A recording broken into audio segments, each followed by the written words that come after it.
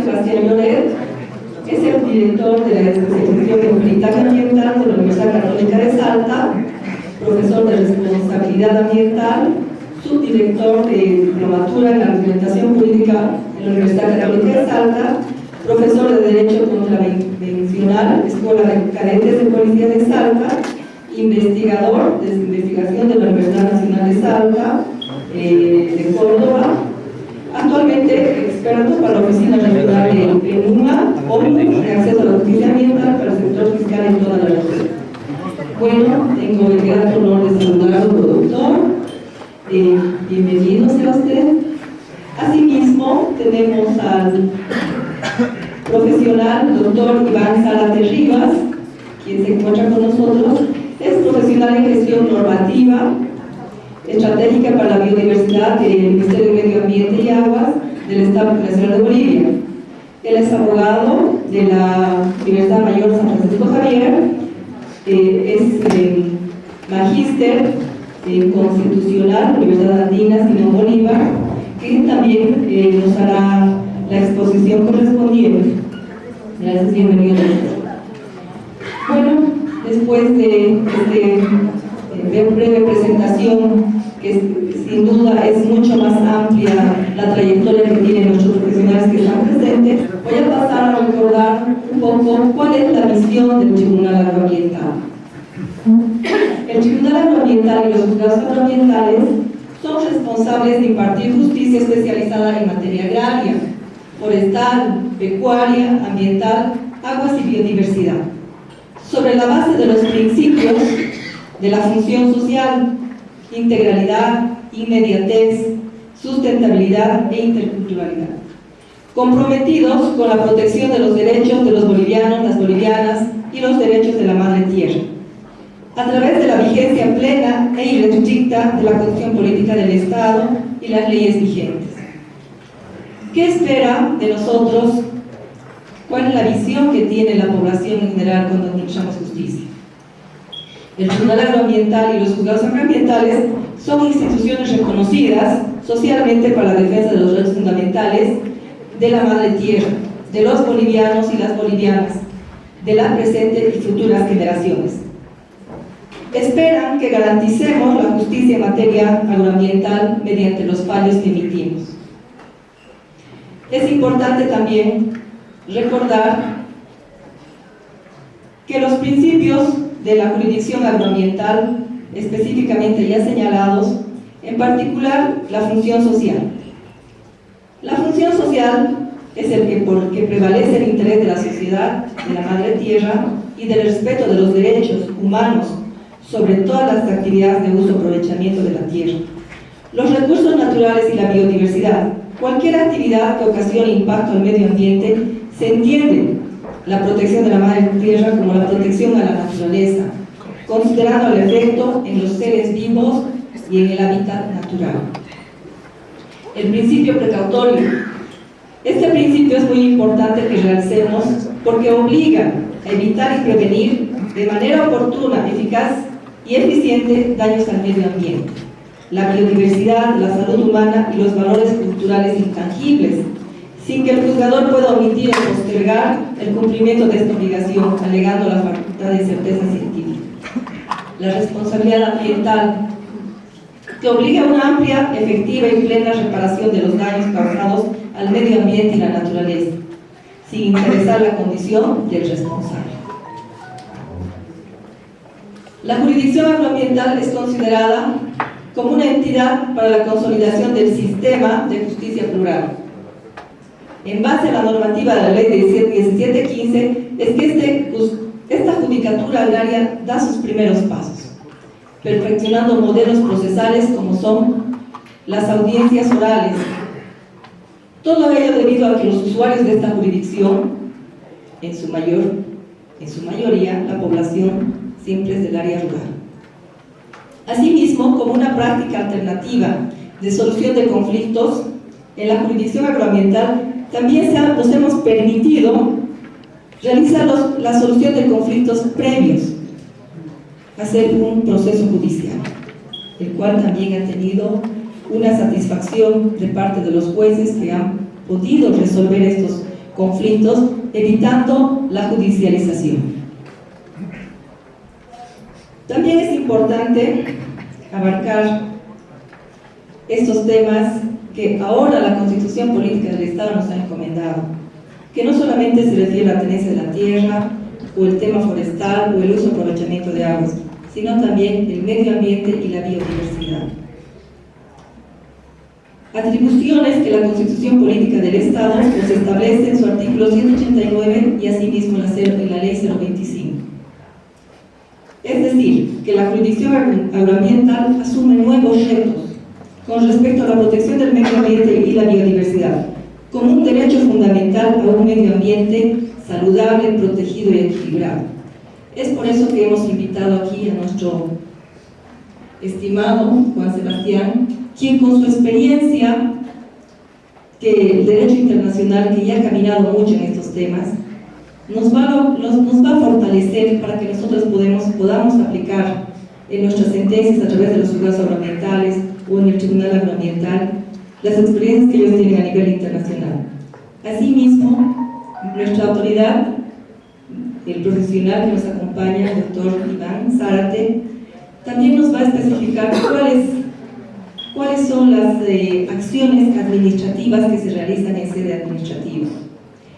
Espero que con todo esto tengamos un debate y resolvamos las incógnitas que tenemos. De acá tenemos que salir claros, por lo menos medianamente claros, en los temas que vamos a ir desarrollando. Bueno, doctor, le doy paso a su exposición. Muchas gracias. En primer lugar, quiero preparar acá, porque no me voy a atrás. Quiero decir que hay otros alumnos escuchando. Quiero agradecerle una vez más a mis amigos del Tribunal Agroambiental, porque son mis amigos en nombre de su presidenta, pero la verdad es que cada vez que nos juntamos hacemos cosas tan provechosas para la región. Nos encontramos con nuestros problemas comunes, con nuestros ambientes comunes, con nuestras fortalezas, con nuestras debilidades, con todo nuestro aprendizaje, así que la verdad que siempre es una experiencia muy grande encontrarnos. Y gracias a ustedes por venir hoy acá. El tema que me pidieron desarrolle tiene que ver con las acciones ambientales en sede administrativa. La verdad que yo ya hace 10 años soy el relator del Estado en asuntos ambientales, entonces hace mucho tiempo que trabajo jurisdiccionalmente y es por eso que me abunda mi actividad, lo que hacen mis colegas de Bolivia, pero tengo otros 10 años anteriores en las administraciones ambientales de mi Estado, así que esto también me sirvió para recordar muchos de los conceptos que vienen de mi experiencia y que espero hoy poder transmitirlos en función de las ideas o la forma en que yo represento o pienso debiera hacerse esta actividad para que sea fructífera y provechosa. Así que voy a ir con estos temas y no tengo problema si hay alguna pregunta en algún momento, en algún intervalo de preguntas, no tengo problema en volver a algún tema. Pues bien, lo primero que quería dejar en claro, que serían los fundamentos, los pilotes de toda esta construcción de clase, es cuáles son los objetivos de la política ambiental declarados en la legislación vigente en mi país. La Ley General del Ambiente tiene por número en mi país 25675 y en su artículo segundo tiene un catálogo de objetivos de la política ambiental nacional que yo lo que hice fue transformarlo en una sola filmina pictórica para que se pueda ver desde un solo pantallazo de vista. Voy a desarrollar un poquito esto. El objetivo central, por supuesto, es el desarrollo sustentable y lo que voy a intentar es caminar por algunos aspectos para entender que cuando estamos los operadores administrativos o jurisdiccionales que nos dedicamos a la protección ambiental, terminamos construyendo lo que se denomina la doctrina la justiciabilidad ambiental. Todo junto, lo administrativo más lo jurisdiccional, todo en procura de la protección ambiental es justiciabilidad ambiental. ¿Cómo se construyen estos objetivos dentro de la legislación de mi país? En primer lugar, 3 aspectos buscados, 3 aspectos finalísticos que son lograr o mantener o mejorar o recuperar la calidad de los recursos ambientales, asegurar la calidad de vida y además asegurar la calidad de los valores en las conductas y en las políticas sociales ambientales. Si nosotros lográsemos estos tres objetivos de calidad, seguramente la situación ambiental de nuestro país estaría cada día mejor. El repaso siguiente no tiene mucho sentido que lo explique. Los recursos en mi país, en el artículo 41 de la Constitución, están presentados tanto los naturales como los culturales. La calidad de vida como bien jurídico protegido y como sujeto de derechos no solo alcanza a las generaciones actuales, sino a las generaciones futuras. Es decir, se puede reclamar por actividades lesivas que puedan resultar perjudiciales para personas que todavía no han nacido y que van a ser nuestras generaciones venideras. Entonces, esa segunda esfera de la calidad de vida también está protegida constitucionalmente y legalmente en mi país. En tercer lugar, ¿cómo hacer o qué buscamos con proteger o con mejorar la calidad de la actividad estatal y de los valores ciudadanos en pos de la protección ambiental? ¿Cómo lo hacemos? A través de dos figuras centrales: el acceso a la información ambiental y la educación ambiental. Estos tres vertientes convergen en dos elementos centrales que son generalmente los que se regulan administrativamente y los que se reclaman jurisdiccionalmente. La gestión y manejo de los riesgos ambientales, típica razón regulatoria de la administración ambiental, y el aseguramiento de la participación social decisora, es decir, que en cualquier toma de decisión que afecte intereses ambientales debe participar la comunidad.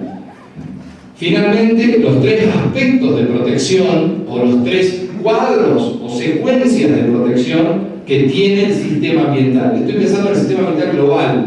He mirado por encima su legislación y es bastante parecido. La estructura son muy similares normativamente hablando, legislativamente hablando.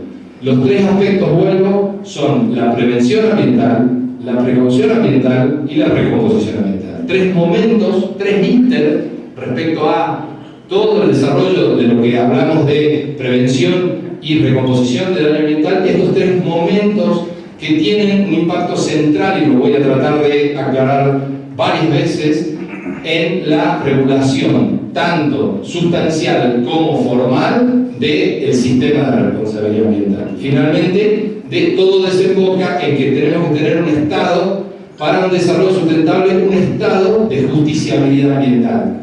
Debe haber entonces estas calidades con estos bienes jurídicos protegidos, con estos sistemas de gestión y manejo, con estos tres momentos claramente definidos y abordados por la legislación y la actividad administrativa y jurisdiccional para tener un contexto hacia el desarrollo sostenible.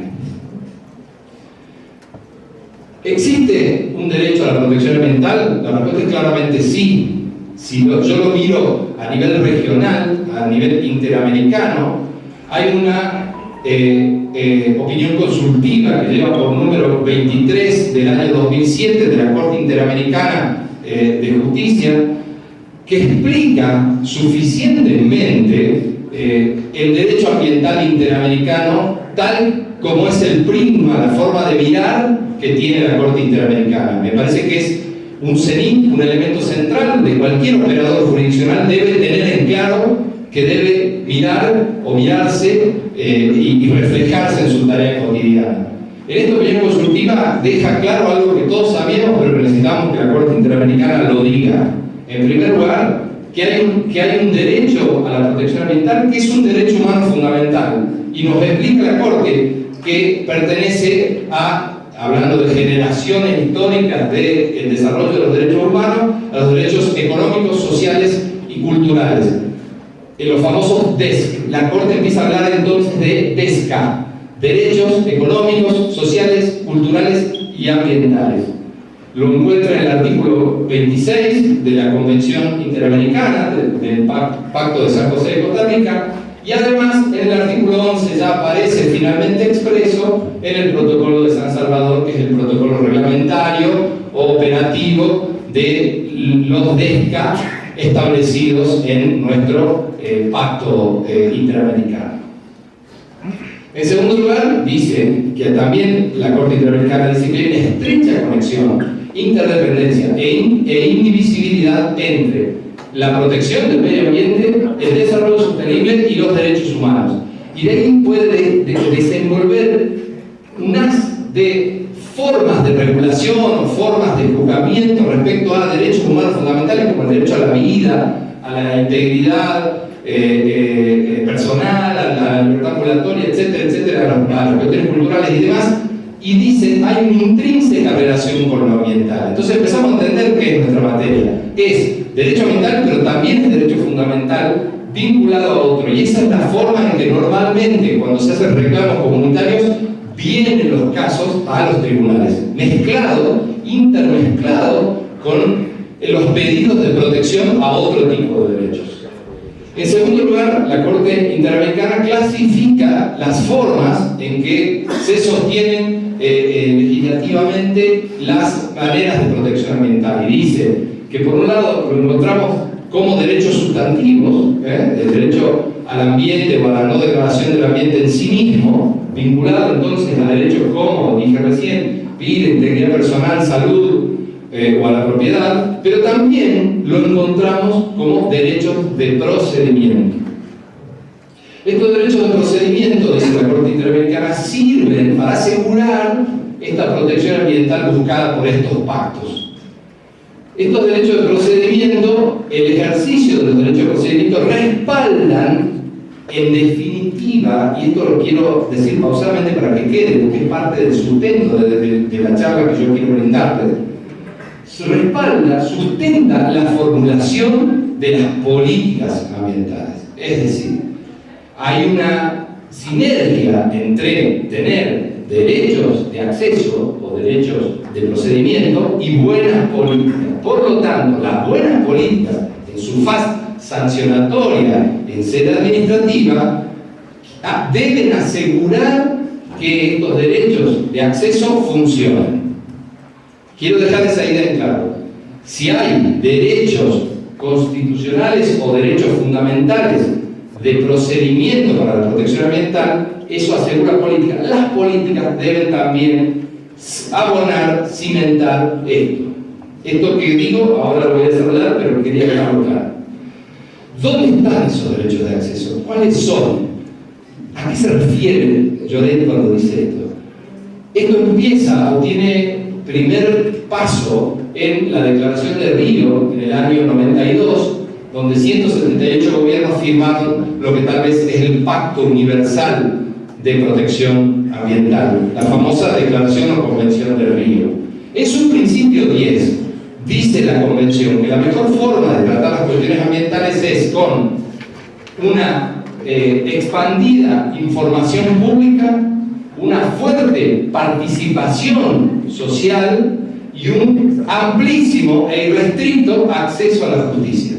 Estos tres elementos, acceso a la información, acceso o fuerte participación y acceso a la justicia irrestricto, tanto administrativa como judicial, es decir, acceso a justicia en sentido amplio, incluyendo los métodos alternativos de solución de conflictos, es decir, acceso a justicia, cimentan una buena política ambiental y por lo tanto juegan para tener una buena protección ambiental. Hace muy poco tiempo, los países de nuestra región se sentaron y firmaron en Costa Rica, en Escazú, firmaron un pacto regional para asegurar estos tres derechos de acceso. Repito, información, participación y acceso a la justicia. Esa convención, que Bolivia es una adelantada porque entiendo que ya la está aprobando, así que es de lo más importante o la mejor manifestación de entre todos los países suscribientes de América Latina, después de Costa Rica, creo que es la segunda, ¿no? ¿Sí? En Escazú se definen entonces estos derechos de acceso. Y fíjense, el derecho de acceso a la información pública, yo lo sintetizo, fija dentro de su articulado que es el que rige el principio de máxima publicidad. Es muy difícil hoy que un gobierno o una política pudiese argumentar que no va a dar a conocer una información que previamente pueda ser catalogada como información pública ambiental. En segundo lugar, asegura el derecho de acceso a la participación pública ambiental. Y dice que debe garantizar, los estados suscribientes deben garantizar los mecanismos participativos en el proceso de toma de decisiones, actualizaciones, autorizaciones ambientales, actividades de impacto significativo sobre el medio ambiente y la salud. Es amplísima la fórmula, porque lo que está buscando es que no haya situaciones como, por ejemplo, una que sucedió en mi estado, en que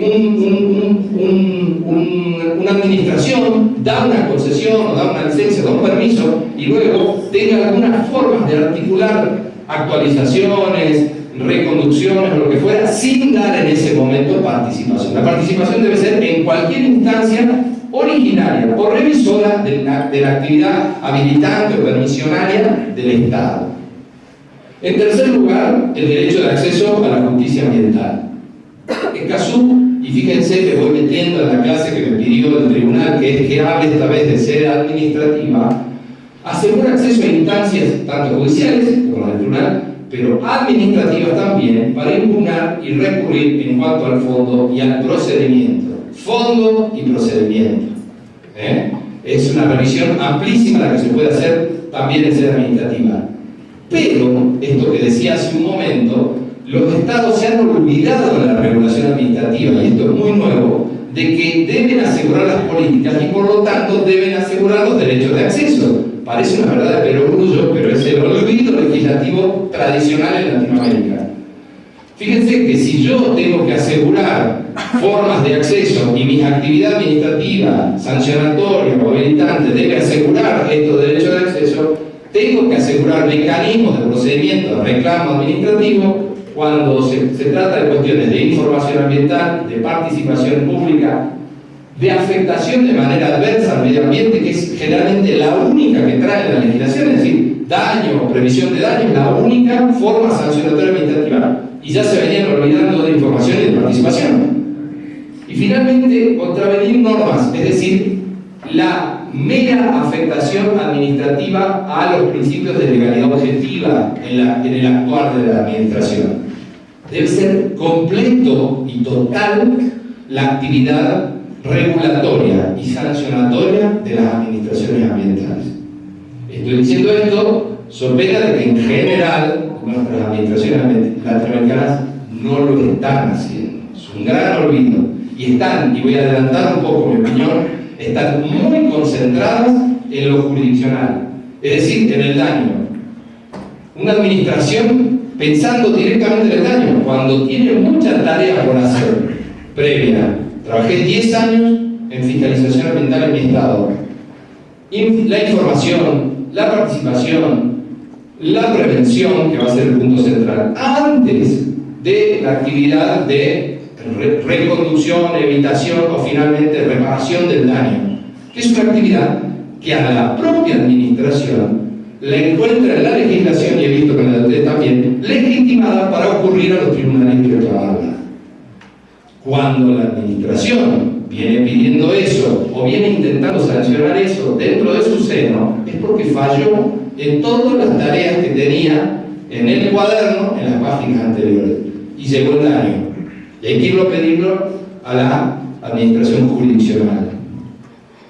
Yo quiero transmitir esta idea porque no es una idea sencilla, no es una idea cómoda para los administradores. Vuelvo a decir, 10 años trabajé en la administración, no es una idea cómoda, pero es a ciencia cierta textualmente lo que está pidiendo la legislación.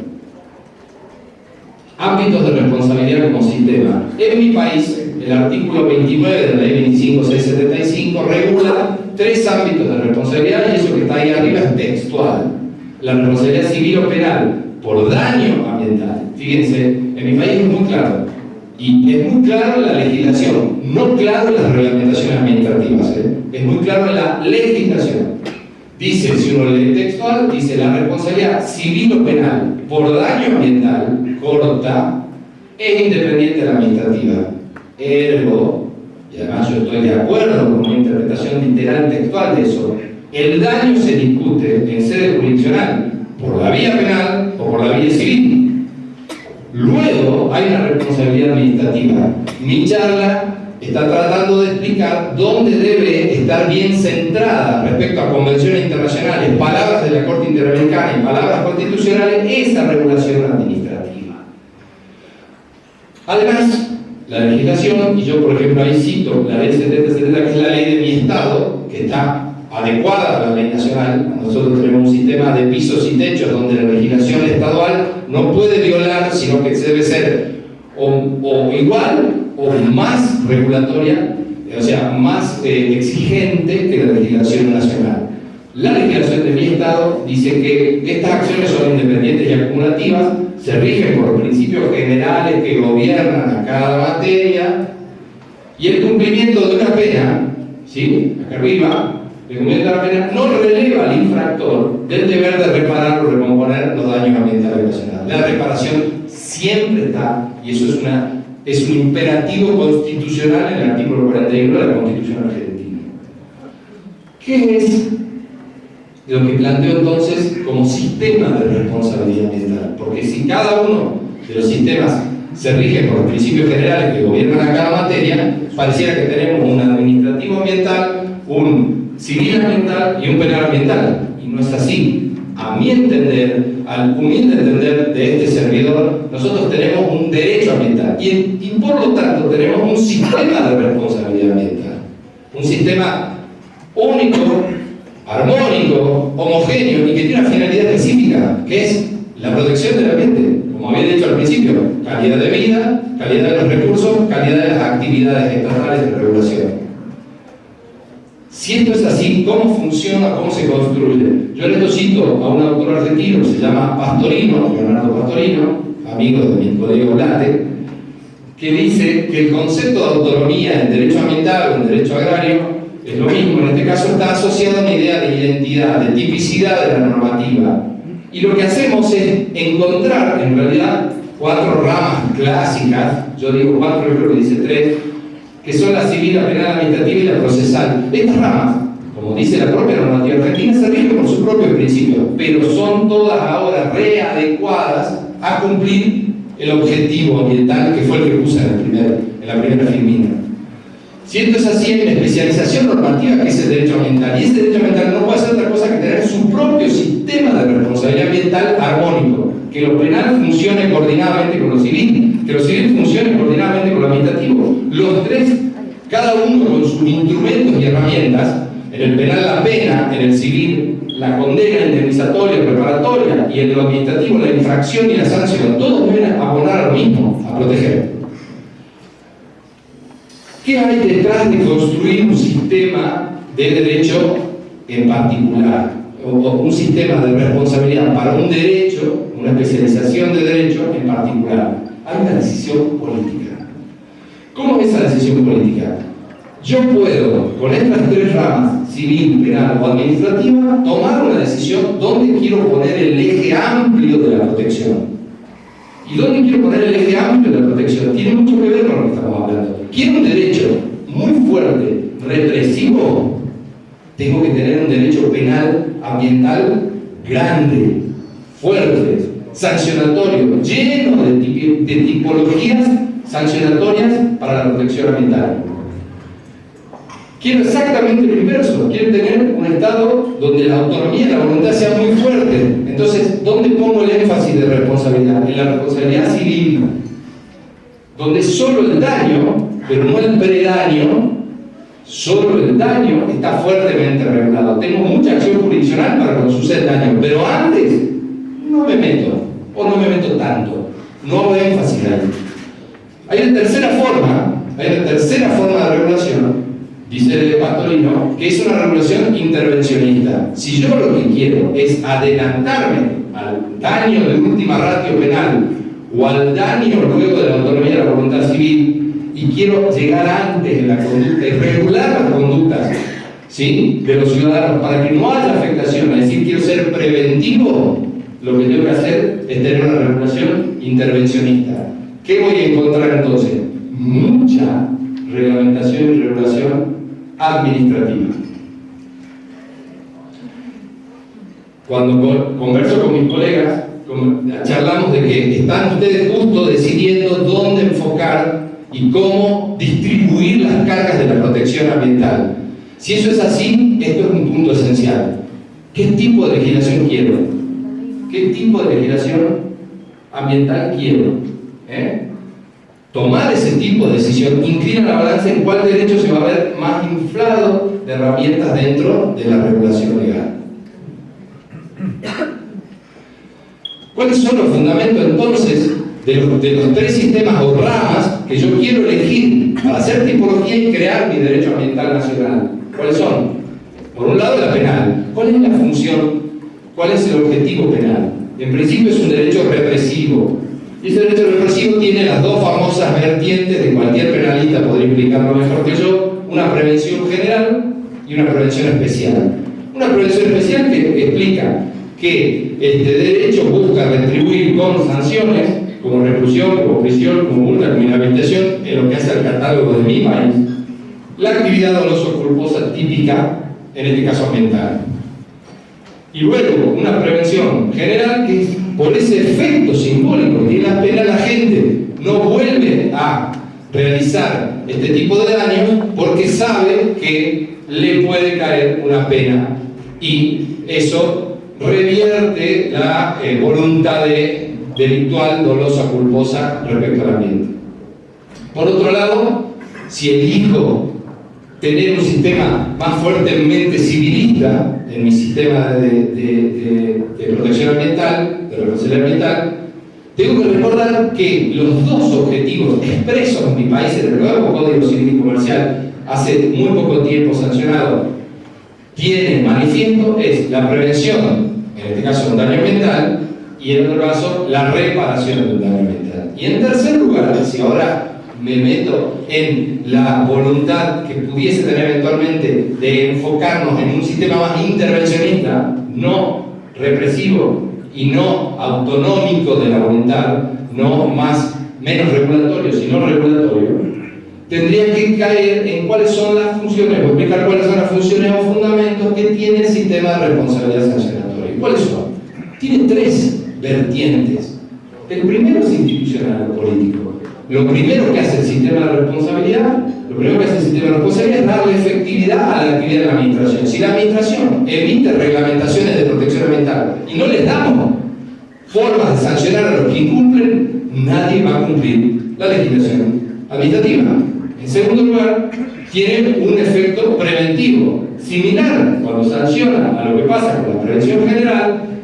La aplicación de penas por la administración en el incumplimiento de sus propias reglamentaciones de protección ambiental tienen un poder disuasorio a incumplir o infraccionar sus normas. Y en tercer lugar, una fuerza coercitiva. ¿Y por qué tiene una fuerza coercitiva? Porque hay un principio de prevención especial en todo esto, protectoria, que busca corregir aquellas conductas desviadas o infraccionales que tienen prevista en su norma. Es decir, alguien, un negocio, un proyecto, una actividad, se sale de los cánones de su permiso, que dice exactamente lo que tiene que hacer, cuáles son las medidas de gestión que tiene que cumplir, se corre de ahí, se pierde en el camino, la sanción, en su función coercitiva, debe obligarle a reparar y volver a un sistema de gestión óptima como el Estado quiere para no llegar al daño.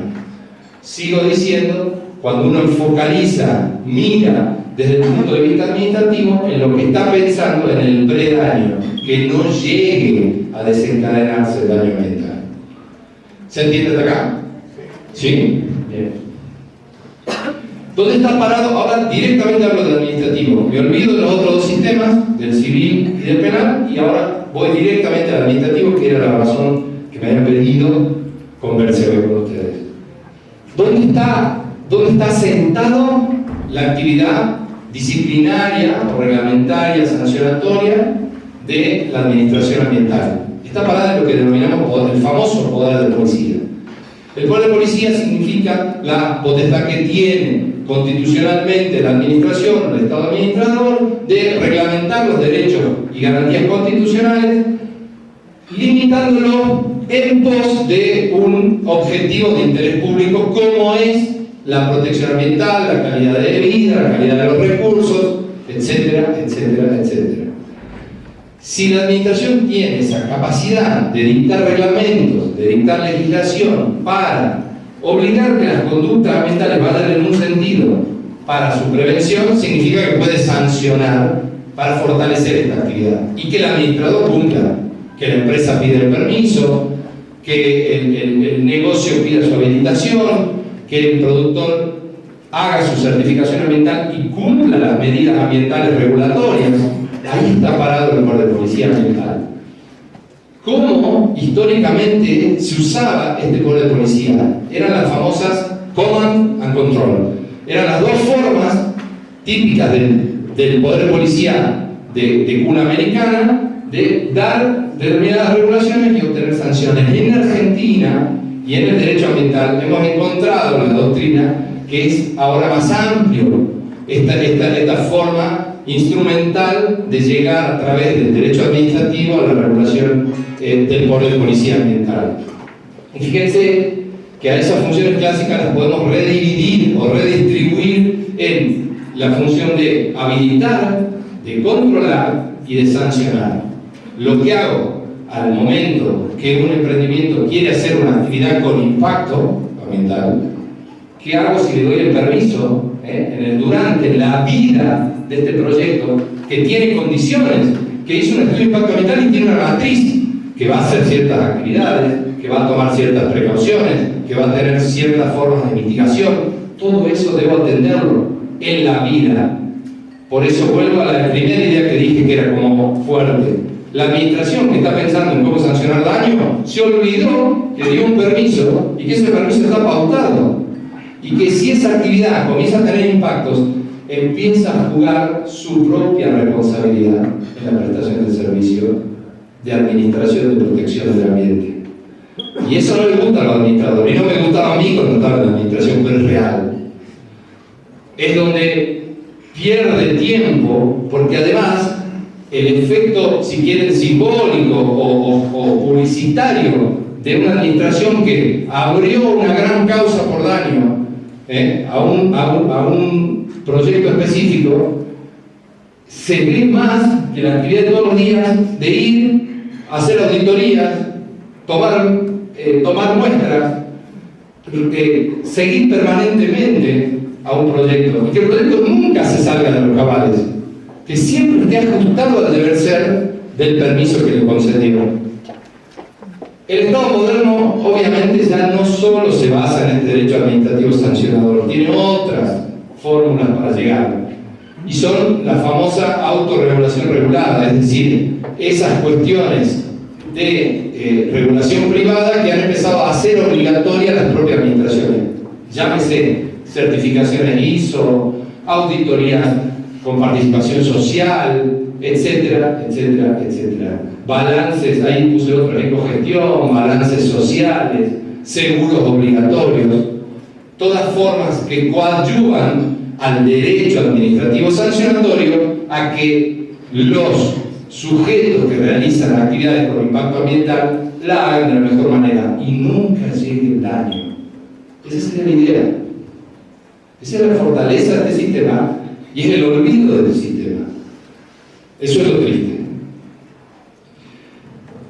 ¿Cuál es? Y ahora sí entiendo un puente. ¿Por qué este muchacho vino de Argentina? Muchacho, que medio grande. ¿Por qué este muchacho vino de Argentina y dice informar, participar? Si eso no es sanción de daño, no, pero sí son cometidos de la política ambiental. Lo dijo la Corte Interamericana, lo dijo Cazú.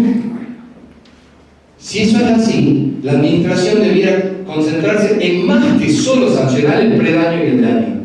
Debiera hacer algo más para que todo funcione armónicamente como objetivos de la política ambiental, que fue la primera firmina. Entonces me concentro un segundo en esto. Si los objetivos ambientales estatales son más amplios y, por ejemplo, deben controlar el deber de informar, de acceder libremente a la información pública ambiental, tienen que dictar procedimientos de acceso público a datos. Ante su violación, tiene que prever sanciones correspondientes. Si el objetivo es dar participación, debe dar procedimientos de licencia social de actividades. Si hay violaciones a esos procedimientos, debe sancionar. Debe asegurar la regulación de la gestión ambiental. Entonces debe reglamentar cómo va a dar correctamente habilitaciones estatales de actividades, llámese certificados de aptitud ambiental, licencias o permisos, concesiones estatales, etc. Si se violan, en el momento del control se descubre que hay desviaciones del licenciatario, permisionario o que fuera, deben también sancionar. Entonces no es solo la famosa regulación chiquita que dice cuando acontezca el daño, entonces reacciono y impongo una sanción, porque eso no es jurisdiccional. Lo que tiene que hacer es preparar su actividad estatal, ir a la justicia y reclamarla, pero tiene que ser mucho antes. Tiene que prevenir. El principio fundamental del derecho ambiental es prevenir. Entonces, si tiene que prevenir, perdón, ahí corrieron los dos. Si tiene que prevenir, tiene que certificar previamente cuál va a ser el manejo que va a asegurar esta empresa. Si tiene que precaver, es decir, que tiene que aplicar el principio precautorio, tiene que muchas veces preguntarse si en realidad, en función de la incerteza científica que tiene de si va a haber o no daño y que va a ser grave respecto a la actividad que se quiere hacer, frenar, usar tutelas inhibitorias administrativas. Si un proyecto se sale de cauce, que es un poco el ejemplo que vengo dando, tiene que sancionar con implementación de medidas ambientales antes de que llegue el daño. Y finalmente, si el daño sucede, debe preparar una buena condición científico-técnica que le permite ir a tribunales y ganar, por ejemplo, al Tribunal Agroambiental, hacer una buena presentación y lograr una buena sentencia judicial preparatoria. Tiene muchas obligaciones de Estado, muchas obligaciones. A veces creo que están perdiendo el tiempo, recorriendo las vías colaterales, recorriendo la colectora, en vez de ir por la autopista. Entonces la responsabilidad objetiva del particular, en este caso estoy refiriendo a la responsabilidad objetiva administrativa del particular, pasa por un montón de cosas que el Estado puede hacer y muy bien y con mucha eficiencia, mucho mayor eficiencia que lo podemos hacer en el sistema judicial, que es más lento y que solo está concentrado en si hubo daño o si hay una situación de daño prácticamente desarrollándose, entonces usamos el principio preventivo. ¿Y qué puede hacer el Estado en este punto? Puede regular el cumplimiento, puede regular normas técnicas de emisión de tecnología, sus incumplimientos serían sanciones, puede regular estándares de habilitaciones, buenos estándares de habilitaciones, tales como autorización, licencia, permiso, etc. Y su incumplimiento le va a dar un montón de tareas para no llegar a que encontremos daños ambientales. Puede sancionar con programas forzosos de mejora de gestión, mejoras tecnológicas. Yo vi que claramente la ley de Madre Tierra tiene todo esto regulado. Perfectamente dice que tiene que haber mejor tecnología disponible, mecanismos de regulación para la readaptación de la gestión ambiental de los concesionarios, provisionarios, los productores, etc. Está todo previsto. Falta su marco legal, su marco reglamentario y su sistema sancionatorio. Y al final, la contraparte, si no cumple esto, abre lo que en mi país, y ahora ya tiene una regulación específica como una ley estatal, es la famosa falta de servicio en la prestación del Estado. ¿Por qué? Porque el daño ambiental, tanto allá en mi país como acá, como en el resto de Latinoamérica, no solamente se sigue de actos ilícitos por acción o omisión, sino hay responsabilidad por actos lícitos ambiental. Y si hay responsabilidad por actos lícitos, implica que si la respuesta del Estado llegó tarde, aún en un marco de licitud permisionaria, va a tener que corresponder el Estado ante el daño. Entonces tiene mucha tarea para divertirse antes de estar pensando cuánto le voy a sacar del daño ambiental a los organismos jurisdiccionales. Quería mostrarles cómo está funcionando modernamente, o lo más moderno se puede encontrar en el derecho de mi país en términos comparados, el sistema sancionatorio. Y fíjense que una de las últimas leyes de presupuestos mínimos de protección ambiental, es decir, las leyes generales para todo el territorio estatal, que rigen todo el territorio de punta a punta de los límites de mi país, es la ley 26331, que es la ley de protección de bosque nativo, y si uno lo aúna con su decreto reglamentario, por ejemplo, encontramos la obligación de las autoridades de aplicación, se está refiriendo al Estado, en este caso al Estado forestal si se quiere, o ambiental forestal si se quiere, de fiscalizar el cumplimiento permanente de la ley y las condiciones que se otorgan a las autorizaciones. Se está concentrando, a diferencia de las viejas leyes, que eran sanción cuando hay un daño, etc., se está fijando en lo que se tiene que fijar. Voy a dar permisos y me voy a asegurar que esos permisos que doy son buenos y nunca llevan al daño. Entonces, preventivamente, la sociedad no va a tener daños. Entonces, el sistema de regulación, fíjense, le da como obligación prioritaria en el artículo 28 a la administración forestal, le dice: cuidado, lo primero que tenés que hacer es controlar cómo otorgaste las autorizaciones de monte o de manejo sostenible de bosques. Se va para atrás, preventivamente. Y el artículo 29 estipula que va a haber sanciones al incumplimiento de la ley en ejercicio, como explicaba yo en clase, el poder de policía. Me voy a la reglamentación, a ver qué tipo de sanciones trajo aparejada esta habilitación. Hago un paréntesis acá, esto no podría pasar en el derecho penal, que una ley diga que la sanción típica se va a encontrar en un reglamento. Esto es propio del sistema sancionatorio administrativo, el ejercicio claro del poder de policía administrativo, en este caso ambiental. Fíjense qué constituyen infracciones a esta ley en el decreto reglamentario. Realizar acciones que violen el ordenamiento de bosques, realizar desmonte o aprovechamiento sin la correspondiente autorización, realizar acciones o omisiones contrarias a los planes de aprovechamiento, a los cambios de uso del suelo, a los planes de aprovechamiento sostenible, a los planes de conservación aprobados. Se está fijando que ella da actividad habilitante, deja hacer la actividad y luego se dedica a controlar que esa actividad no se salga de los cauces. Ahí está concentrada. No a partir de que sucede el daño, entonces se abrirá un sumario administrativo con la vieja idea del command and control. Incumplir las condiciones establecidas en la declaración de impacto ambiental. Falsear datos o información en los planes, en los estudios, en las solicitudes de asistencia técnica y financiera y toda otra información que sea obligación de aportar a la administración, en este caso forestal ambiental. Ahí está mirando el sistema sancionatorio actual. ¿Qué sanciones pueden seguir a esto? Obvio, el apercibimiento, la multa y la suspensión. Más estos recursos genéticos que Bolivia los tiene y de los cuales durante todos esos años no se han podido regular, no hemos podido obtener beneficios ni las patentes ni el reconocimiento de todo lo que se ha podido exportar del país. Bueno, llegamos al 2009 y estas son las normas con las cuales habíamos estado trabajando. Pero la Constitución del 2009 da un paso importante, fundamental.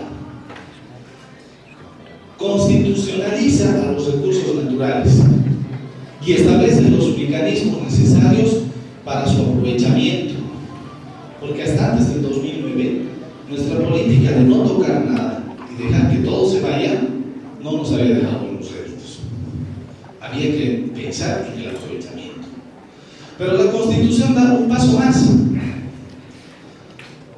Se aparte del sistema tradicional de los derechos de protección en primera, segunda y tercera generación y pone todos por igual. Por consecuencia, los recursos naturales también tienen una protección que se va a reflejar en mandatos legales posteriores y nos va a permitir ya tener un criterio más importante, que es la imprescriptibilidad contra los delitos ambientales. Este es el ordenamiento legal que surge a posterior de la Constitución. Podemos ver que la Ley 071 va a ser el pilar por el cual se va a sostener toda la estructura que va a cambiar el reconocimiento de nuestra biodiversidad como recurso natural, de nuestro medio ambiente y lo más importante, que reconoce a la madre tierra como un sujeto de derecho colectivo. Lo que nos permite a nosotros, como sociedad, poder iniciar las acciones legales en protección de la madre tierra. solo tenemos un aprovechamiento previo, controlado, reglamentado técnicamente en base a criterios de los profesionales del área, también nos permite tener disposiciones de orden administrativo con los cuales el administrado puede ser primero solicitante de la titularidad de un derecho o en su defecto puede ser sujeto a un procedimiento sancionador. Y ahí es donde entra el tema que nos han pedido que podamos especificar. ¿Por qué tendríamos que ver algunos hechos en sede administrativa precautelando las garantías y los principios constitucionales?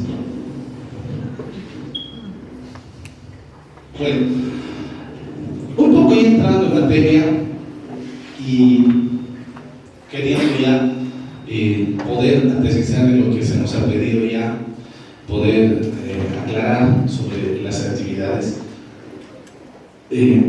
Vamos a hacer una relación muy importante en lo que es las actividades de otorgación de derechos. En Bolivia hay dos programas que nos permiten hacer aprovechamiento de nuestra biodiversidad y que se regulan administrativamente. Uno de ellos es el programa Vicuña. El programa Vicuña tiene un procedimiento mediante el cual las comunidades manejadoras de vicuña se organizan y realizan dos actividades: una de conservación de los predios donde está su hábitat de vicuña y el segundo es su aprovechamiento a través de la esquila en vicuñas vivas. El otro es el programa Caimán, el programa Caimán, el lagarto Caimán Yacaré. En este programa lo que se hace es autorizar un periodo de caza de aprovechamiento de carne y cuero de lagarto. En ambos programas se tienen los planes de manejo aprobados mediante resoluciones administrativas. Se sacan las resoluciones respectivas de autorización y las personas, las comunidades beneficiarias, lo que hacen es durante ese tiempo registrarse cuánto están obteniendo de cada uno de estos especímenes. Ahora bien, ¿qué pasa si uno de ellos no está autorizado y hace un aprovechamiento ilegal? Lo que sucede inicialmente es, si eso se tipifica en una conducta delictiva, pasa a campo penal.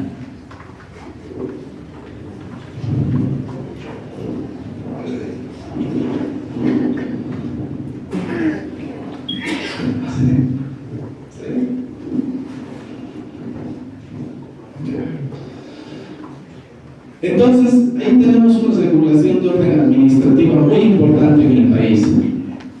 Solamente nos permite tener una interacción con las comunidades manejadoras de vicuña y con los pueblos indígenas originarios que se dedican al aprovechamiento en este caso del Caimán.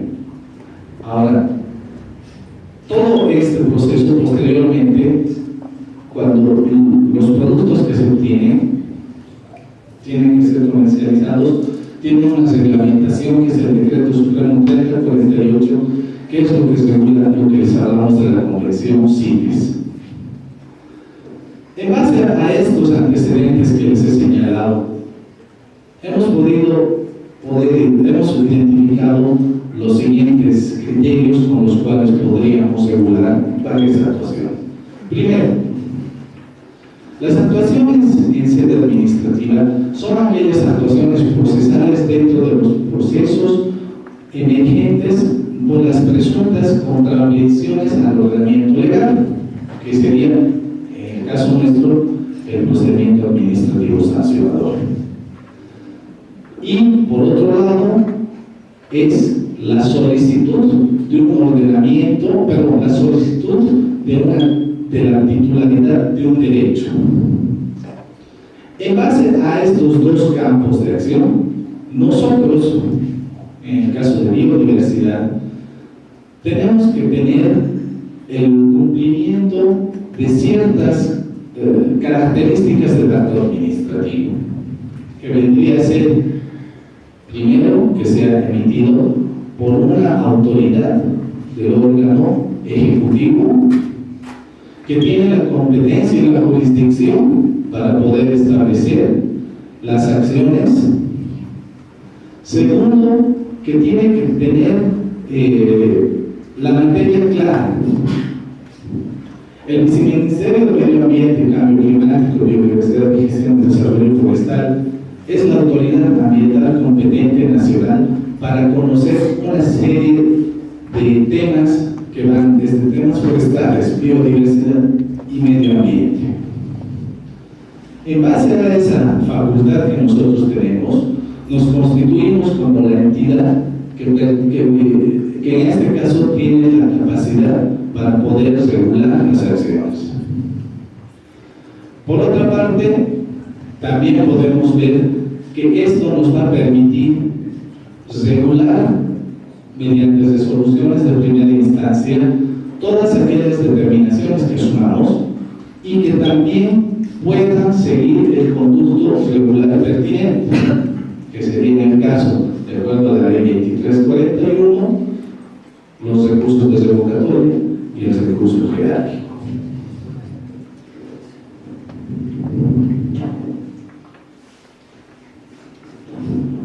Ahora bien, ¿cómo se va a dar, cuál es el campo normativo para la aplicación de las actuaciones procesales? En el tema de biodiversidad, tenemos que establecer claro esta salvedad. En Bolivia, y creo que es en todos los países, las jurisdicciones administrativas han ido generando sus cuerpos normativos específicos para cada área. Un tema de saneamiento de tierras no va a ser igual a un proceso de aduana, o un proceso de pensiones no va a ser igual a un proceso tributario. Entonces, ese enorme campo administrativo tiene regulaciones específicas. Pero aún así, en Bolivia, a partir del año 2002, tenemos una ley mediante la cual se dan los parámetros generales y se aplica en caso de que un proceso administrativo no tenga un procedimiento. Entonces, encontramos ya cuándo se dan las actuaciones en sede administrativa. Es de manera puntual el artículo 116 del Decreto Supremo 27.113, que señala que se podrán impugnar en sede administrativa a través de los recursos de revocatoria y jerárquicos las resoluciones de primera instancia por autoridad competente. Entonces, aquí en esta idea yo estoy planteando ante muchas instancias si no hay un procedimiento claro, definido, entonces nos subimos a esta disposición. A mi entender, es así. Ahora, por otra parte, la preocupación que hemos tenido nosotros ante a veces vacíos normativos ha sido encontrar que muchos de nuestros administrados solicitantes de alguna titularidad no exploran, no conocen qué hacer a posterior. ¿Qué pasaría si en el caso del programa Vicuña, una comunidad que quiere ser parte pero no está reconocida decide impugnar el plan de manejo? Mayormente pide que se le incorpore, generar un nuevo instrumento de gestión, demora. Pero en la vía administrativa, ¿qué podemos hacer? Y es lo que no se ha podido a través de los otros compañeros profesionales explorar esta situación, poder dar soluciones cortas y rápidas. Ahora, si nosotros como administrados tenemos serie de acciones que no están a nuestro criterio conformes a nuestra solicitud, ya nos establece la ley 025 que todas las resoluciones emitidas por la administración pública pueden ser objeto de revisión, valga el término, por la autoridad jurisdiccional a través de una demanda contenciosa administrativa. Y ahí encontramos nuevamente el término en sede administrativa. Pero bueno, muy aparte de todo el procedimiento que nosotros vamos generando, vamos señalando, también podemos evidenciar que existen otras actuaciones en nuestra sede administrativa. Muchas veces nos hemos visto en la situación de que el administrado no señala el domicilio de manera correcta, pese a que la norma da la obligación y también nos da los procedimientos. Tenemos que cumplir con un principio de publicidad de todo el proceso. Y esto se ve reflejado no solo en tema de biodiversidad, se ve también en otros tipos de procesos. Es importante, por ejemplo, en tema de que existe una solicitud de acceso a un recurso genético que puede servir como tal para la elaboración de un fármaco para combatir una determinada enfermedad. Pero la solicitud ingresa a la autoridad y la autoridad la procesa sin dar ese principio de publicidad. Y un pueblo indígena originario campesino que es reconocido constitucionalmente tiene algún interés en que también ese beneficio que va a llegar al Estado se refleje de manera directa a él. Es importante ahí el principio de publicidad. También es importante señalar que es importante precautelar el principio del debido proceso. El expositor que me antecedió señalaba el acuerdo de Escazú, el cual Bolivia también lo ha ratificado. Nos da un mandato de que generemos los mecanismos nosotros como Estado para poder brindar los mecanismos de acceso a la información. Pero no es el único caso. En tema de los famosos organismos genéticamente modificados, existe una disposición en el protocolo de Cartagena que también señala que precautelando el debido proceso, precautelando el acceso a la información, tiene que haber este principio de publicidad para que terceros interesados puedan hacer valer sus derechos. Ahora, un poco ya para poder ir acabando la exposición, es importante señalar que en el caso de las actuaciones en sede administrativa, fuera de precautelar los principios, las garantías y nuestros derechos fundamentales reconocidos por la Constitución, tiene que haber un principio de celeridad. Y eso es lo que nos está atrasando a nosotros como administración pública.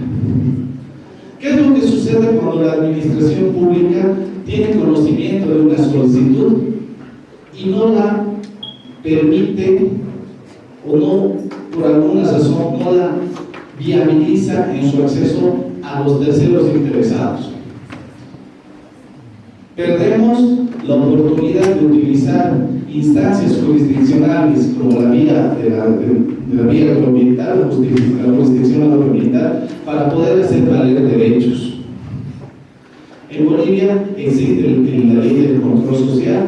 Esta ley permite a toda la sociedad que tenga interés en un determinado tema poder activar las acciones en favor de la madre tierra o en favor de un determinado tema con la finalidad de poder establecer el principio precautorio que se refleja en medidas, si valga el término, preventivas antes de que el daño se realice. Son una serie de acciones y de principios que todavía no están siendo usados a su cabalidad por los administrados. En el peculiar caso de mi dirección, donde trabajamos con recursos genéticos, que regulamos el uso de los organismos genéticamente modificados, que trabajamos contra el ilícito de vida silvestre, que generamos mecanismos administrativos de regulación, nos vemos en la situación de que todas las actividades que se realizan no son plenamente conocidas por los administrados, por los abogados patrocinadores. Esto a la larga va a ocasionar que haya malos entendidos de la norma, precisamente porque no se está dando cumplimiento a lo que ya tenemos establecido desde el año 2009 a la fecha. Muchas gracias.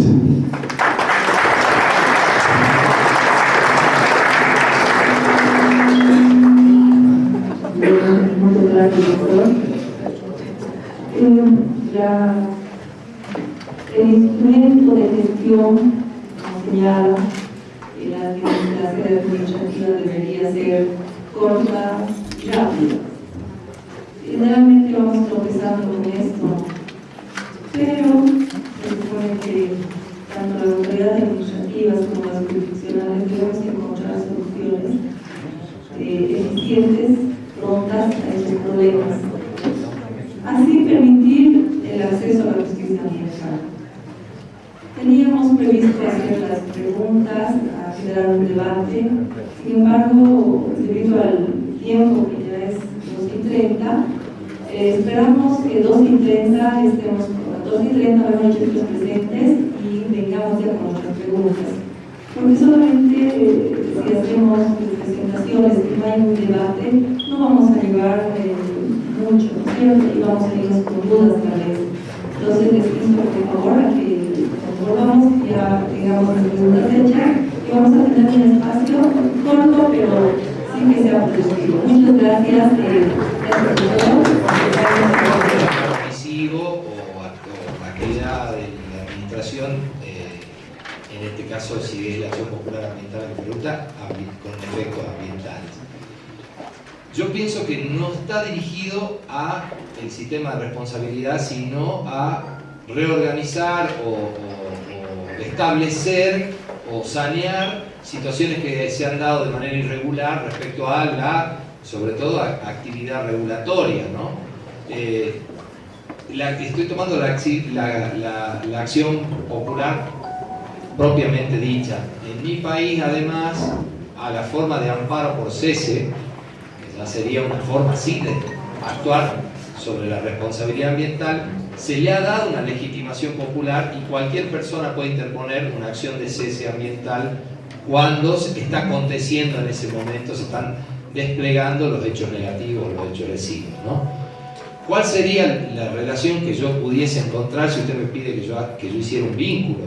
A mí me parece que la acción popular, con la misma forma de definición que hice yo respecto a la acción jurisdiccional de daño, tiene el mismo efecto. Es decir, una vez más, si finalmente hay que desembocar en una acción popular, otra vez muestra la falla del Estado administrador y el Estado controlador. En este caso también podría llegar a ser el Estado regulador. La actividad administrativa ambiental, a mi entender, no tiene que tener ninguna restricción de tipo legitimatoria.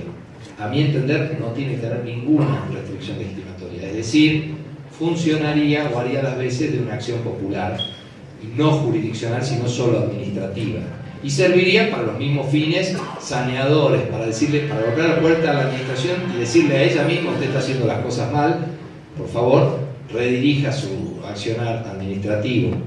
No sé si ahí va la pregunta o a dónde va su consulta. Lo que pudiera decirle es: está dentro de las posibilidades saneatorias que tiene el sistema administrativo jurisdiccional de reparación ambiental, en tanto sea usado para esos fines.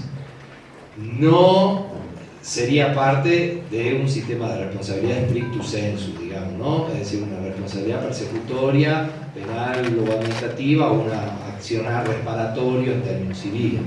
Sería una acción constitucional que toca aquello que la administración, por ejemplo, regulatoriamente se ha excedido, no ha sido razonable, y entonces, o ha sido omitiva, y entonces uno plantea una acción popular para transformar esa situación administrativa y volver las cosas a sus causas. Sería si usted quisiese, yo reharía mi filmina y pondría también un espacio de responsabilidad constitucional, digamos.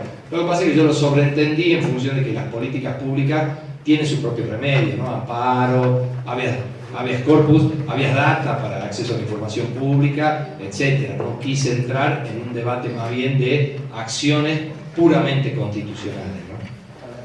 Gracias.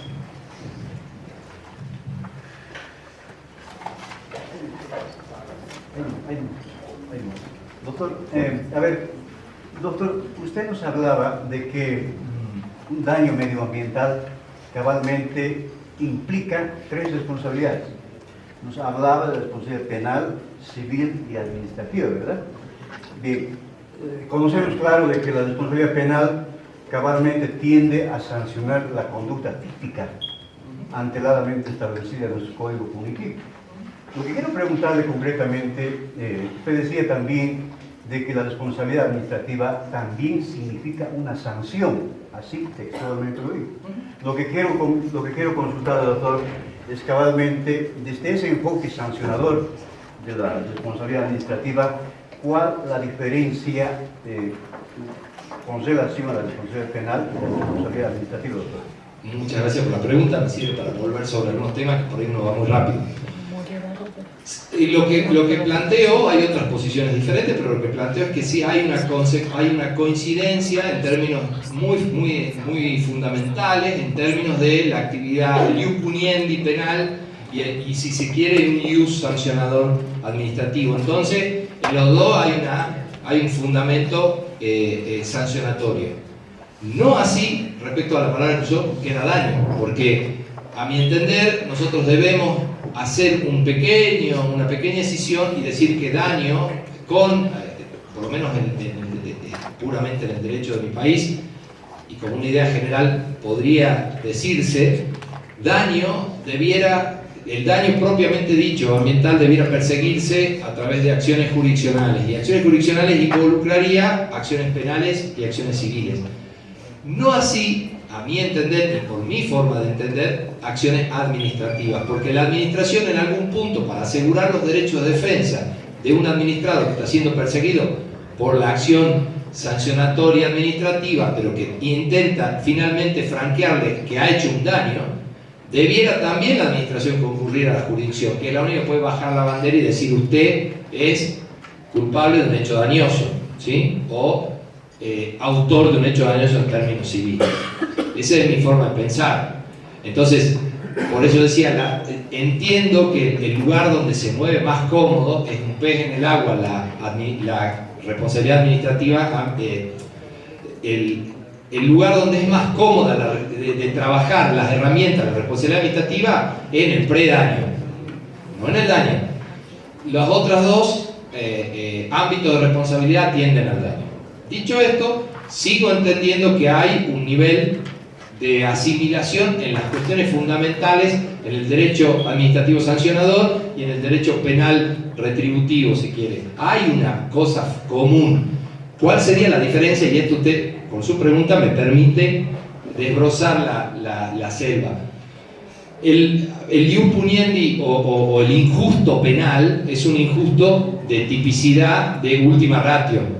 Es decir, es un derecho de última opción. Entonces, solamente cuando se dan los presupuestos de tipicidad y el injusto penal, es posible hacer funcionar la responsabilidad penal. En cambio, yo creo que el derecho administrativo tiene más flexibilidad. Es un derecho sancionatorio, pero no se le puede pedir la rigurosidad en la determinación del injusto típico y demás, y en la forma de imputación de responsabilidad que se pide en un derecho de última ratio, donde los bienes jurídicos protegidos, sancionables, como la libertad, etcétera, son mucho más complejos.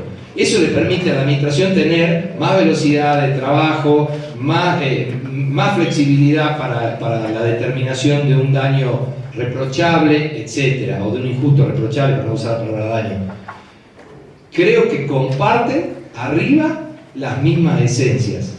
Cuando uno empieza a desilvanar los esquemas de responsabilización, las garantías exigibles, por supuesto que al test de responsabilización penal uno le pone mucho encima como prueba y como elementos de garantías, que no es necesario ponérselo con ese énfasis en lo administrativo. Esa es mi visión. ¿Qué tiene de bueno que yo piense así y no de otra forma? Que la administración tiene muchas chances de utilizar el efecto sancionador, preventivo y sancionatorio y simbólico para la responsabilización ambiental y proteger el ambiente, que no se lo podemos pedir, por ejemplo, acá hay colegas fiscales, no se lo podemos pedir a un fiscal, sino que al fiscal lo tenemos que esperar y reservar para otro momento de accionar, cuando ya definitivamente esa conducta del injusto tiene un nivel, una dimensión que pone en funcionamiento el motor de la responsabilización penal, porque el daño provocado por ese hecho típico penal necesita una respuesta mucho más enfática del poder administrador, del poder público. Entonces ahí los fiscales venimos con esa otra responsabilidad. El problema es que llegamos a veces a estos puntos porque no se han hecho bien las cosas antes. Es mejor prevenir que curar. En el derecho ambiental lo entendemos perfectamente. Entonces es mejor llegar en un momento previo, en un momento incipiente, en un ínter inicial con la actividad de sanción, de reproche administrativo, y no esperar a que esto sea un escándalo social que atente contra bienes jurídicos muy caros para la sociedad que están puestos en el Código Penal. Ese es un poco haciendo un segundo repaso de lo que yo venía hablando. Gracias. Muchas gracias, doctor. A ver, doctor, yo quiero dirigir por última vez una otra consulta ahora al doctor del Ministerio de Medio Ambiente. Por favor, un momento. Vamos a hacer 10 preguntas, habíamos dicho, y que las mismas solo tendrían que ser como a 3 minutos máximo, porque nos vamos a pasar en el tiempo y no les vamos a dar la oportunidad al otro grupo de exposición. Por favor, sean breves y... No, al doctor que nos expuso en segunda opción, quiero Claro preguntarle. que sí, le vamos a dar esa opción. Gracias, muchas gracias. Adelante. Muy bien, gracias, doctor. A ver, la ley 1333 de medio ambiente, que por supuesto es muy complicado de entender, ¿verdad?, ha generado en su desarrollo una serie de decretos supremos, cabalmente, ¿verdad? Una serie de decretos supremos que en esencia no hacen otra cosa que concluir el conflicto en sí mismo, doctor. La pregunta concreta que se divide en dos partes. Doctor, si tomamos en cuenta que esta ley es de 1996, o sea, antes cabalmente de la vigencia de la nueva Constitución Política del Estado, por tanto, ¿no considera usted de que debiera adecuarse una nueva normativa cabalmente medioambiental que recoja los moldes del nuevo constitucionalismo, por una parte? En la segunda parte, doctor, ¿usted considera o no, tomando en cuenta de lo abstracto que son estos decretos supremos, que particularmente me ha sido muy difícil entender, doctor, debiera merecer una absoluta socialización, tomando en cuenta que inclusive, y hay que ser honestos en este aspecto, que ni siquiera los abogados dominamos con precisión, y menos aún cabalmente el usuario, quien debiera conocer a los efectos de sus derechos, doctor? Bueno, primero que nada, buenas tardes. Efectivamente, tenemos un ordenamiento medioambiental que está, en honor al nombre, a medias. Existe una descontextualización, no existe una armonía en la misma redacción, es preconstitucional y a la fecha también, como usted señala, ha generado una situación de conflicto, porque Bolivia deja el modelo republicano, asume el Estado plurinacional, por consecuencia hay un cambio de nombre, de naturaleza, de alcances, de competencias de las instituciones, y efectivamente eso genera otro tipo de conflicto. Sí, es verdad, la ley 1333 amerita, ya tiene sus buenos años encima, pasa los 20 años, el tema de que su reglamentación es bastante complicada, efectivamente.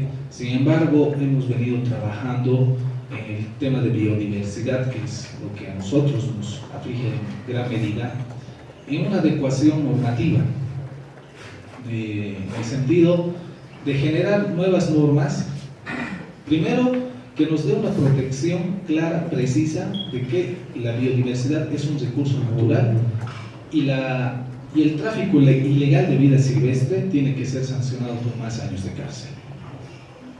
A la fecha hemos tenido experiencias bastante anecdóticas de administradores de justicia que no han valorado la verdadera importancia de nuestra biodiversidad.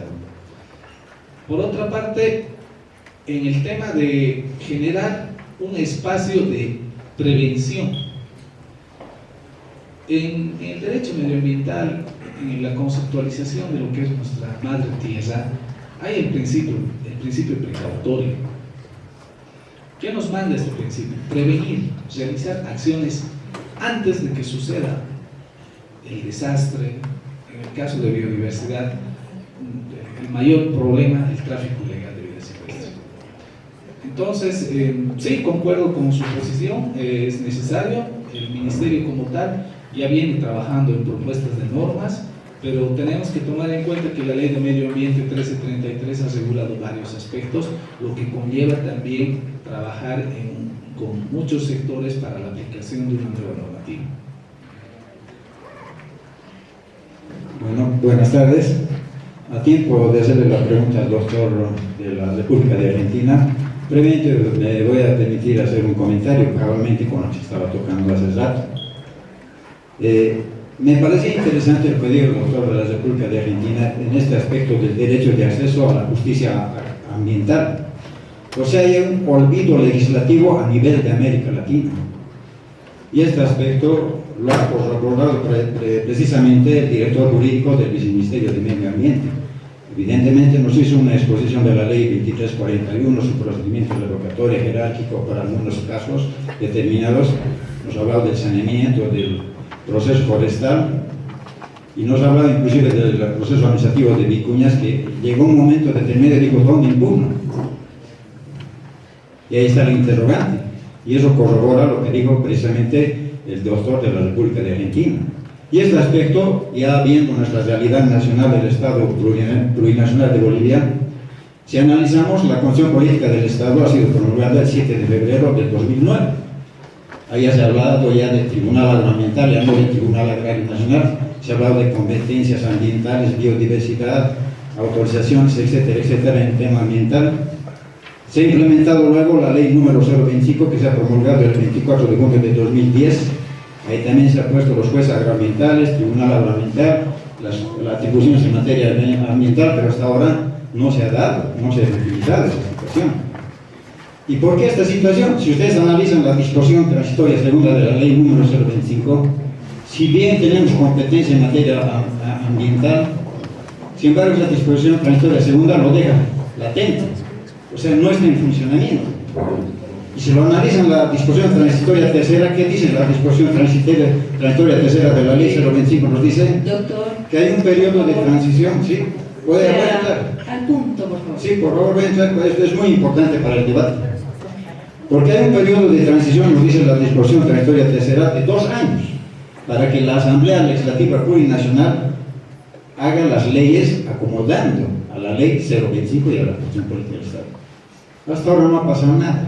Y eso quiero dejarlo en tela de debate, porque si vamos a hablar de debate de estas situaciones, es muy importante, porque la ley 1333 es del 27 de abril del 92, la ley 1700 es del 12 de julio de 1996, y la ley del Código de Minería es del 7 de marzo de 1997. Por lo tanto, no hay adecuaciones a leyes, y es muy importante esto. Con las disculpas del caso, ahora voy a hacer la pregunta al doctor de la República de Argentina. El artículo 347, parágrafo de la Constitución Política del Estado, nos habla de la imprescriptibilidad de los delitos ambientales. Quisiera preguntarle cómo es en el país de la República de Argentina si existe esta imprescriptibilidad de los delitos ambientales. Gracias. Bueno, en primer lugar, agarro lo primero que dijo. Yo expliqué claramente que entendía que el sistema de responsabilidad ambiental debía ser uno solo y debía funcionar en ámbitos coordinados, armonizados, para dar respuestas tuitivas en distintos estadios de situaciones ambientales negativas, que teníamos que tratar de tener un fuerte componente administrativista para llegar antes de que el daño suceda, y luego, acontecido el daño, los sistemas de procesamiento de los casos civiles, para los casos de daños, y penales para los casos de daños que se configuran en tipicidad ilícita.